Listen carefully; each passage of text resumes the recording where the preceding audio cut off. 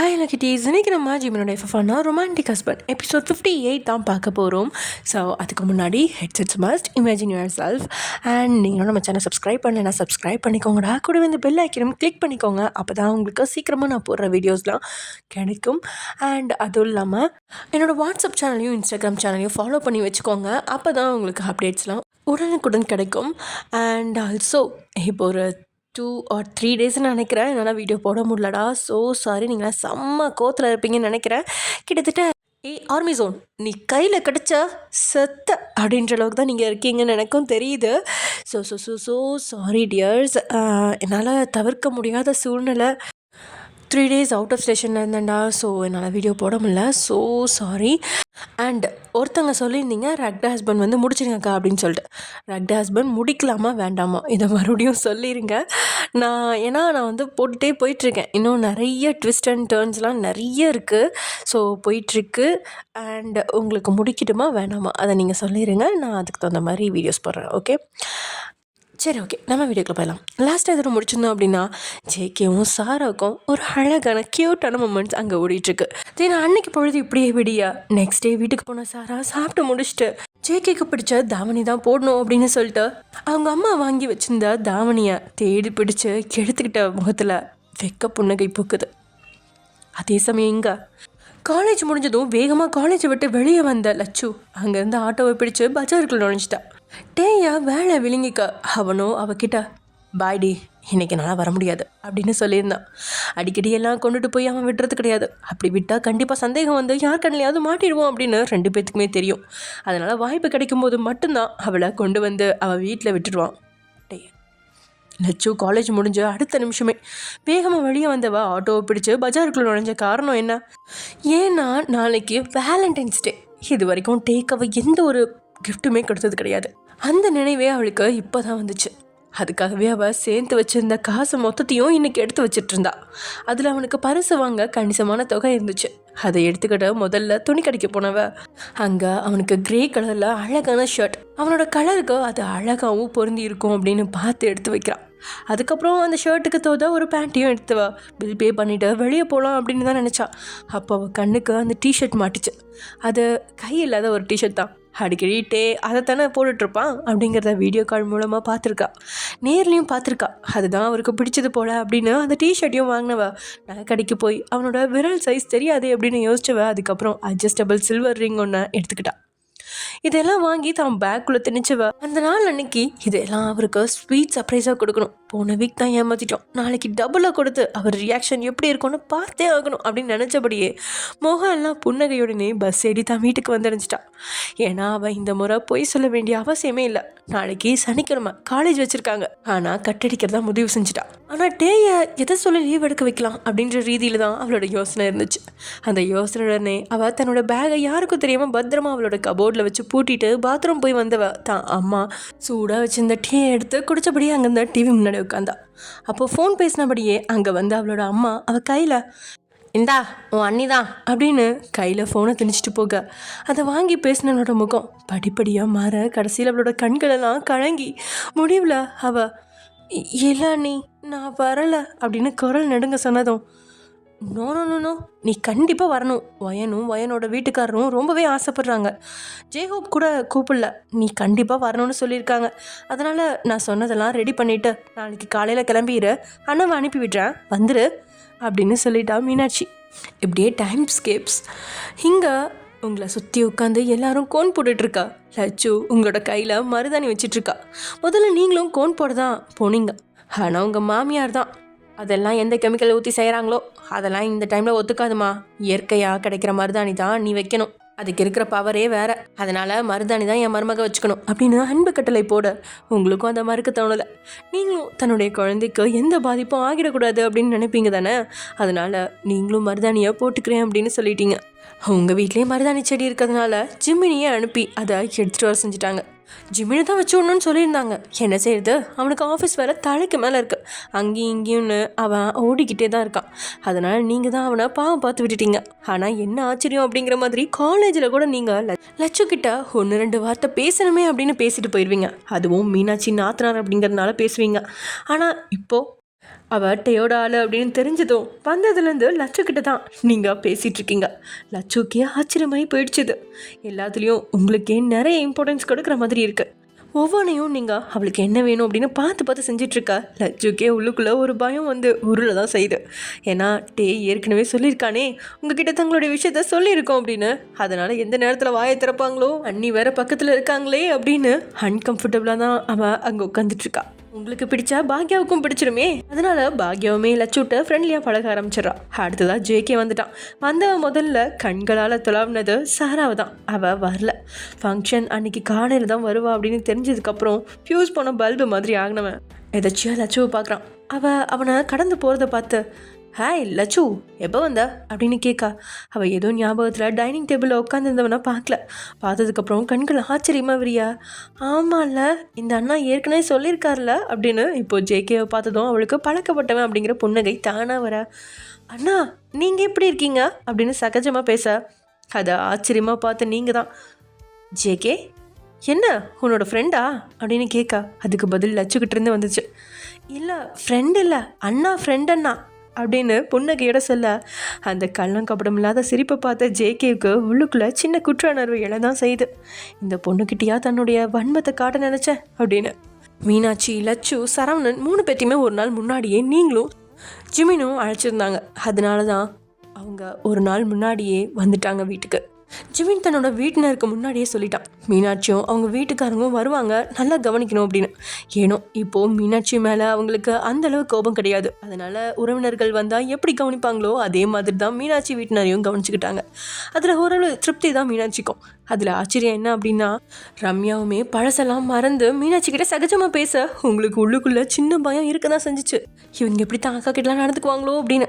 ஆனால் அவங்க நடந்துக்கிறத பார்த்ததும் மனசுக்குள்ள ஒரு நிம்மதி பெருமூச்சு விட்டுக்கிட்டா. உங்கள் மாமியா இருக்கலாம் அவங்க வீட்லேயே ஏற்றுக்கிட்டாங்க.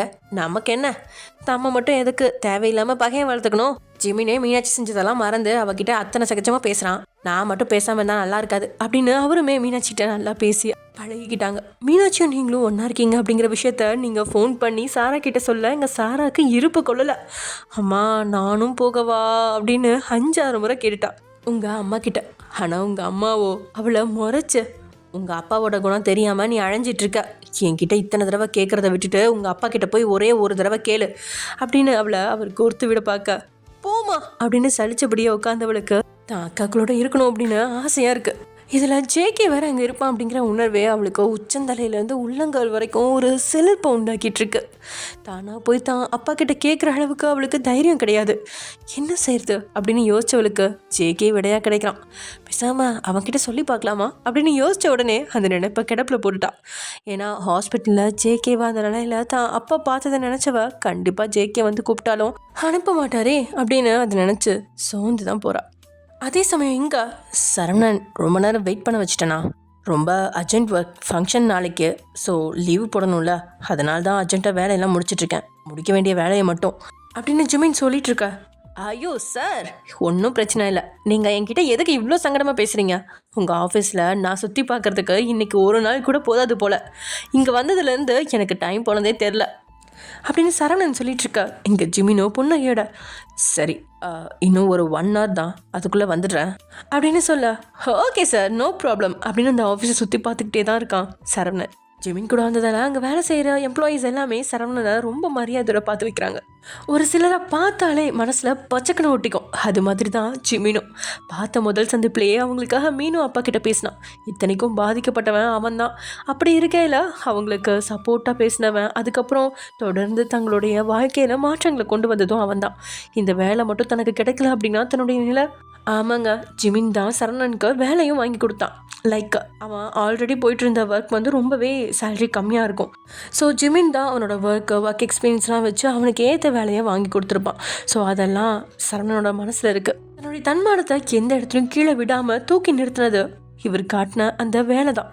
இப்போது ஜிமின் அவருடைய ஆஃபீஸுக்குள்ளே நுழைய விட்டதே பெருசு. இதில் தாங்கிட்ட வந்து ஏதோ தப்பு செஞ்ச குழந்தை மாதிரி எக்ஸ்கியூஸ் கேட்டு வர போகிறாரு அப்படின்னு நினச்சவனுக்கு உதட்டில் சின்ன புன்னகை மலருது. இதுக்கெல்லாம் எப்படி கைமாறு செய்ய போகிறேன் அப்படின்னு யோசிச்சுக்கிட்டே ஜிமின் ஆஃபீஸில் சரவணன் இருக்கான். ஆமாம் அங்கே ஜிமின் வீட்டில் சுற்றியும் பொண்ணுங்க கூட்டமாக இருக்க கண்டிப்பாக சரவணனுக்கு அது அவ்வளோ வசதியாக இருக்காது அப்படின்னு அப்படி ஒரு பிஸி ஷெட்யூலையும் சரவணனுக்காக யோசிச்ச ஜிமின் இதோ தன்னுடைய ஆஃபீஸ்க்கு கையோடு அழைச்சிட்டு வந்துட்டான். அங்கே நடந்ததாங்க இதெல்லாம். அதே சமயம் இங்கே நீங்கள் உங்களோட ரூமில் தனியாக இருக்கவும் அந்த நேரம் கதவை திறந்து உள்ளே வந்த மீனாட்சி, யாரும் இல்லையா வயான் அப்படின்னு கேட்கா. இல்லைக்கா, எல்லாரும் இப்போ தான் சாப்பிட போனாங்க. நான் முன்னாடியே சாப்பிட்டேன். நீ சாப்பிட்டியாக்கா? உனக்கு முன்னாடியே நான் சாப்பிட்டேன் வயான். உங்கள் மாமியார் என்ன விழுந்து விழுந்து கவனிச்சாங்க அப்படின்னு சொன்னதும் உங்களோட முகம் முழுசும் புன்னகையோட, அது நேத்தியே அவர் சொல்லிட்டாரு, நீங்கள் எல்லாம் வருவீங்க, உங்களை நல்லா கவனித்து பார்க்கணுன்னு. ஓ அப்படின்னு சொன்ன மீனாட்சி அப்படியே முகம் சோர்ந்து போயிடுச்சு. இப்படிப்பட்ட குடும்பத்துக்கு தான் நான் துரோகம் பண்ணிட்டேன் அப்படின்னு சொல்ல, ஐயோ அக்கா அப்படின்னு சொல்லி நீங்களும் ஏதோ சமாதானப்படுத்த, சரி உன்கிட்ட ஒரு விஷயம் கேட்கணும் வயன். சொல்லுக்கா, மறைக்காமல் சொல்லுவதானே? உன்கிட்ட நான் என்னக்கா மறைக்க போகிறேன்? இல்லை, எங்களை கூப்பிட்டா சரி, எதுக்கு லட்சுவை மட்டும் ரொம்ப பர்டிகுலராக புருஷனும் பொண்டாட்டியும் கூப்பிட்டீங்க? எனக்கு ஏதோ விஷயம் இருக்குன்னு தோணுது, அதனால தான் கேட்குறேன் அப்படின்னு மீனாட்சி கேட்க நீங்கள் பேய் மொழி முழிக்கிறீங்க. அது ஒன்றும் இல்லைக்கா, நீ தான் சொல்லுவியே லட்சுவை உனக்கு ரொம்ப பிடிக்கும்னு, அதான் அவளையும் கூப்பிட்டேன். நம்ம வீட்லேயும் யாரும் அவளை பார்க்கல, அதான். வயன், நான் உனக்கு அக்காடி, அது ஞாபகம் இருக்கா? நீ எதுக்குக்கா எல்லாத்தையும் இந்தளவு யோசிக்கிற? விடு, ஃப்ரீயாக விடுற விஷயம் தானா கண்டிப்பாக விட்டுருப்பேன். ஆனால் நீ ஏதோ என்கிட்ட மறைக்கிற மாதிரி இருக்குது. என்ன விஷயம் சொல்லு அப்படின்னு மீனாட்சி கேட்க, நீங்களும் ஒரு நொடி சொல்லிடலாம் அப்படின்னு தான் நினச்சிங்க. அதுக்கப்புறம் சொன்னதெல்லாம் நினைவுக்கு வருது. அவனே விஷயத்த அவங்கக்கிட்ட சொன்னால் தான் சரிப்பட்டு வரும். தான் மூலமாக விஷயம் தெரிஞ்சால் குளறுபடியாக நடக்க நிறைய வாய்ப்பு இருக்குது அப்படின்ற நினைப்போம் சேர்ந்தே வர தன்னுடைய வாயை மூடின நீங்கள், அக்கா நீ தேவையில்லாமல் கண்டதையும் யோசிச்சுட்டு இருக்க. இப்போ என்ன, உன்னோட நாத்தனாரை நான் கூப்பிட்டுருக்கக்கூடாது, சரி அவங்கள அனுப்பிவிடுப்போ அப்படின்னு நீங்கள் விளையாட்டா சொல்கிற மாதிரி சொல்லிவிட்டு ரெஸ்ட் ரூம் போயிட்டு வரேன் அப்படின்னு உள்ளே போய் மறைஞ்சிட்டிங்க. அதுக்கப்புறம் ஒருத்தராக வர மீனாட்சிக்கும் உங்களுக்கும் தனியாக பேசுறதுக்கு சந்தர்ப்பமே அமையல. அதே சமயங்க, அக்கா உனக்கு இது நியாயமாக இருக்கா? நீங்கள் எல்லோரும் ஒன்றா ஜாலியாக இருக்கீங்க, என்னை மட்டும் இங்கே தனியாக விட்டுட்டீங்க. நீங்கள் ஒன்றா இருந்தால் அப்பாவுக்கும் ஃபோன் பண்ணி சாராவையும் வர சொல்லுங்கப்பான்னு சொல்ல வேண்டியது தானே, ஏன் அக்கா இப்படி பண்ணுற? ஏய் சாரா, நிறுத்து. என்ன அப்பா கிட்ட கோத்து விட பார்க்குறியா? உனக்கு இங்கே வரணும்னா நீ தான் கேட்கணும். நான் கேட்ட உடனே விட்டுருவாரா? நீ ஒரு வார்த்தை கேளு, அதுக்கப்புறம் நான் கேட்குறேன் அப்படின்ற. ஆமாப்பா, நீங்கள் எல்லாரும் ஒன்றா இருக்கீங்க, எனக்கு இங்கே இருக்கவே முடியல, எவ்வளோ நாளாச்சு இல்லைக்கா நம்ம எல்லாம் ஒன்றா இருந்து அப்படின்னு ஃபீலிங்காக சாரா பேசிக்கிட்டே போக, சரி உன் ஃபீலிங்ஸ் ரொம்ப கொட்டாத, அப்பா கிட்ட கேட்டு பார்க்குறேன். திட்டிடுவாரோன்னு தான் கொஞ்சம் பயமாக இருக்குது. ஆல்ரெடி கொஞ்சம் காண்டில் தான் இருக்காரு என் மேலே, இருந்தாலும் உனக்காக ரிஸ்க் எடுக்கிறேன் அப்படின்னு சாரா கிட்ட பேசிட்டு ஃபோனை வச்சு நீங்கள் உங்களோட அப்பாவுக்கு கூப்பிட, அவரும் கொஞ்சம் நேரம் கழித்து ஃபோன் அட்டன் பண்ணி, ஹலோ வயன். அப்பா சொல்லுமா. நல்லா இருக்கீங்களாப்பா? நல்லா இருக்கேன். என்னாச்சுமா இந்த நேரத்தில் நீ கால் பண்ண மாட்டியே? ஈவினிங் தானே கால் பண்ணுவ? ஆமாப்பா, ஆனால் ஒரு விஷயம் சொல்லணும். நாளைக்கு தான் வருவேன்லம்மா வீட்டுக்கு. ஆமாப்பா, ஆனால் இந்த விஷயத்த இப்போவே தான் சொல்லணும். என்ன விஷயம்? அது இங்கே மீனாட்சி அக்கா அவங்க குடும்பத்தோடு வந்திருக்காங்க அப்படின்னதும் ஒரு நொடி அமைதியானவர், சரி வரட்டும், அதுக்கு என்ன? இல்லைப்பா, இங்கே எல்லாரும் ஒன்றா ஜாலியாக இருக்கோம், சாரா மட்டும் அங்கே தனியாக இருக்கா, அதனால அவளை இன்னைக்கே அனுப்பி விட்டுறீங்களாப்பா? அவள் அங்கே வந்து என்னம்மா பண்ண போகிறா? அப்பா, அவள் தனியாக அங்கே இருக்கா இல்லைப்பா, இந்த மாதிரி ஃபங்க்ஷன் டைமில் தான் நாங்கள் ஒன்றா இருக்க முடியும். நீங்கள் நாளைக்கு காலையில் வந்தீங்கன்னா 1 மணி நேரம் இல்லை 2 மணி நேரம், மிஞ்சி போனால் மத்தியானம் வரை இருப்பீங்க, அதுக்கப்புறம் கிளம்பி போயிடுவீங்க. இதில் நாங்கள் பிஸியாக இருப்போம்ப்பா, ஒழுங்காகவே டைம் ஸ்பெண்ட் பண்ண முடியாது. ஒரு நாள் முன்னாடியே அனுப்பி விட்டீங்கன்னா எங்களுடைய ஏக்கத்தையும் நாங்கள் கொஞ்சம் தீர்த்துக்குவோம்லப்பா. யார் இதெல்லாம் சொன்னா உனக்கு? அப்பா, எனக்கே இதெல்லாம் தெரியும், யார் சொல்லியும் நான் கால் பண்ணலை. உங்களுக்கு இன்னும் மீனாட்சி அக்கா மேலே இருக்க கோபம் போகலையாப்பா? அக்கா இருக்கிற இடத்துக்கு சாராவை அனுப்ப மாட்டிங்களா? அப்படி நான் எங்கே சொன்னேன்? அவங்களே நான் வீட்டுக்கு வர சொல்லிட்டேனே. அப்புறம் என்னப்பா, சாராவையும் அனுப்பி விட்டுறீங்களா? ஒரு நொடி யோசிச்சவங்க, அவள் வயசு பொண்ணாக இருக்காமா, அதுதான் யோசனையாக இருக்குது.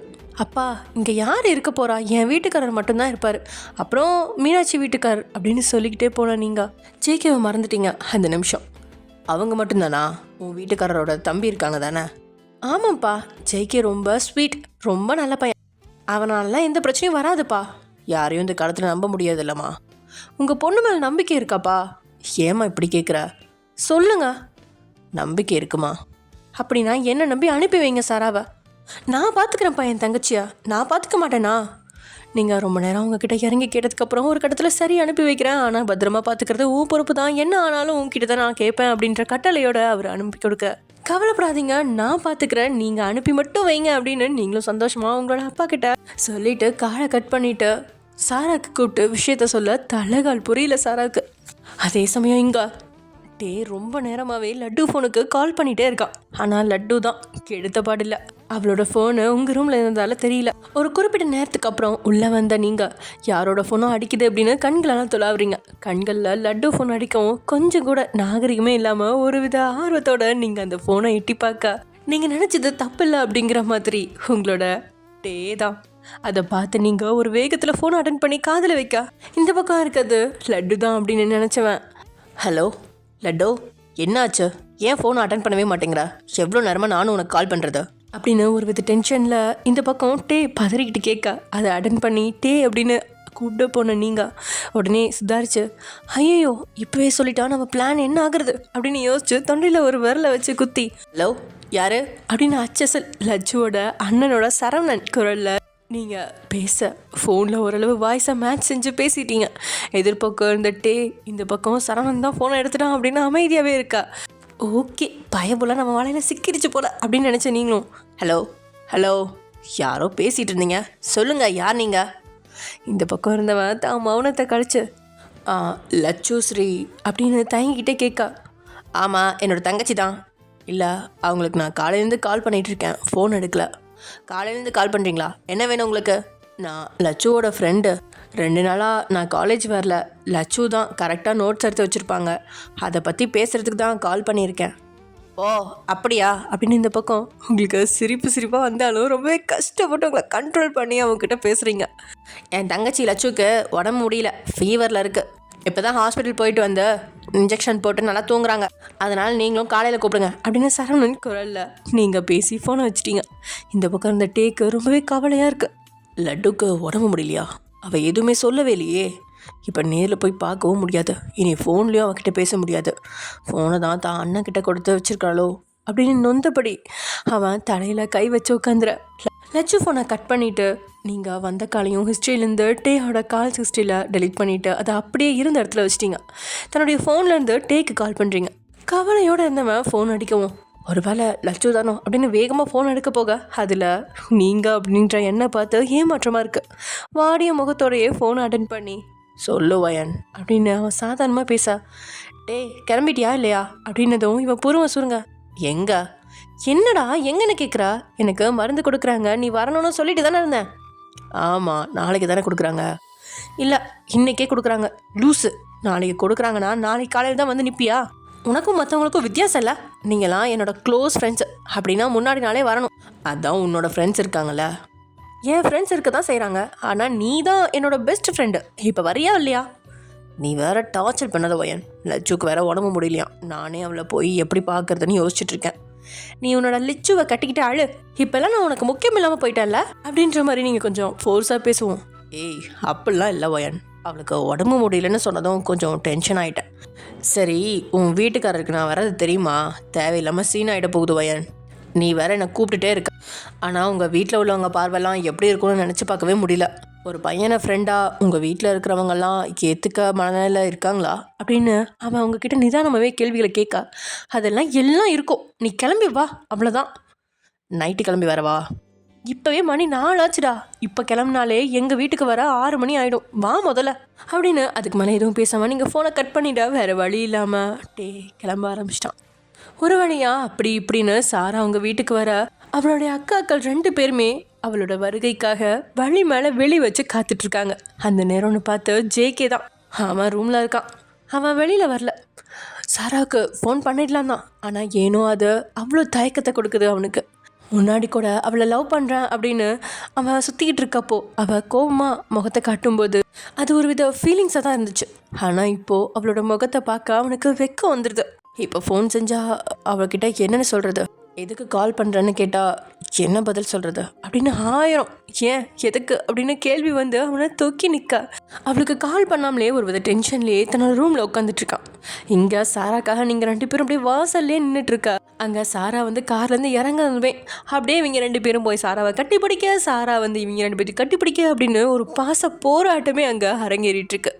உண்மையில் அதை உணர்ச்சி பெருக்கோட தான் சுற்றி இருந்தவங்க பார்த்துட்டு இருந்தாங்க. அப்போ தான் ஜிமினும் சரவணனும் வந்துட்டுருக்க. அவங்களுமே 3 அக்கா தங்கைகளை பார்த்து மென்னகையோட அந்த இடத்த கிராஸ் பண்ணி போக, என்ன ஒரே கொஞ்சல்ஸாம் போல, கொஞ்சம் வீட்டுக்குள்ளே போய் உங்கள் கொஞ்சல்ஸ்லாம் ஸ்டார்ட் பண்ணுங்க அப்படின்னு குரல் கொடுக்க, அது வேற யார், ரம்யா தான். அவளை பார்த்து சிரித்தவங்க சரின்னு கையை பிடிச்சபடியே உள்ளே நுழைஞ்சு வந்தவங்க. எப்படி இருக்க சாரா, வீட்டில் எல்லாரும் எப்படி இருக்காங்க, என்ன நீ மெலிஞ்சு போயிட்ட அப்படின்ற கேள்வி மேலே கேள்வியா 2 அக்காக்களும் மாறி மாறி கேட்க, அதுக்கெல்லாம் பொறுமையாகவே பதில் சொன்னவ, உங்களோட நலையும் விசாரிச்சுட்டு மீனாட்சியை விசாரிச்சுட்டு அப்படின்னு அப்படியே நீங்கள் 3 பேரும் பேசிகிட்டு இருக்கா. சுற்றி இருக்கிற யாருமே உங்கள் 3 பேர் கண்ணுக்கும் தெரியல. ஒரு அரை மணி நேரத்துக்கு மேலாகவே உணர்ச்சி பெருக்கூட பேசிகிட்டு இருந்த நீங்கள் அதுக்கப்புறம் தான் சுற்றம் புரிஞ்சு, நான் பாரு வந்ததும் உங்ககிட்ட பேசிகிட்டே இருக்கேன், உனக்கு என்ன வேணும் சாப்பிட அப்படின்னு நீங்கள் எழுந்து கேட்க, அக்கா எனக்கு எதுவும் வேணாம் நீ உட்காரு அப்படின்னு நீங்கள் பேசிகிட்டு இருக்கும்போதே சூடான காஃபியை எடுத்துகிட்டு வந்த உங்களோட மாமியார் சாரா கிட்ட கொடுக்க, ஆண்டி ஏன் நீங்கள் இதெல்லாம் கொடுக்குறீங்க அப்படின்னு சாரா கொஞ்சம் சங்கட்டமாக கேட்க, இதில் என்னம்மா இருக்குது, எங்கள் வீட்டுக்கு வந்தவங்கள நாங்கள் தானே கவனிக்கணும், குடிமா. சரி அப்படின்னு அந்த காஃபியை குடித்தபடியே சுற்றி இருந்த எல்லாத்தையும் கண்களால் திலாவின சாராவுக்கு இவன் எங்கே போயிட்டான் அப்படிங்கிற கேள்வி தான் குறைஞ்சிக்கிட்டு இருக்கு. சும்மாவே வீட்டில் இருக்க மாட்டான், இப்போ ஃபங்க்ஷன் வேறு எங்கேயாவது அனுப்பி விட்டுருப்பாங்க அப்படின்னு நினச்சபடியே அந்த காஃபியை குடிச்சு முடிச்சதும் அவளுக்கான ரூமை நீங்கள் காட்ட, சரிக்கா அப்படின்னு தன்னுடைய லக்கேஜெல்லாம் எடுத்துக்கிட்டு போய் தன்னோட ரூமில் வச்சுட்டு பால்கனி பக்கம் வர, என்ன ஆச்சரியம் அப்படிங்கிற மாதிரி பக்கத்தில் தான் ஜேக்கியோட ரூமு. ஜேக்கி இத்தனைக்கும் அங்கேருந்து பால்கனியில் உட்காந்து ஊஞ்சலில் சாஞ்சபடியே ஏதோ ஒரு கனவுல இருக்கான். இங்கே சாராவோ அவனுக்கு முதுகு காட்டி நின்று அங்கேருந்த இடங்களெல்லாம் ரசனையோடு சுற்றி பார்த்துட்ருக்கா. ஜேகேவும் சாராவும் சந்திச்சுப்பாங்களா, அப்படி பார்த்துக்கிட்டா அவங்களால பேச முடியுமா, இல்லை அதுக்குள்ளே ஏதாவது ஒரு கரடி உள்ளே பூந்துருமா, யாருக்கு தெரியும். அதெல்லாம் நாளைக்கு பார்க்கலாம். அது வரைக்கும் வெயிட் பண்ணுங்க. ஓகே ஃப்ரெண்ட்ஸ், இதோட எபிசோட் முடிச்சுக்கலாம். நெக்ஸ்ட் எபிசோட நடக்க போகுது அப்படிங்கிறத நெக்ஸ்ட் எபிசோடில் பார்க்கலாம். ஓகே.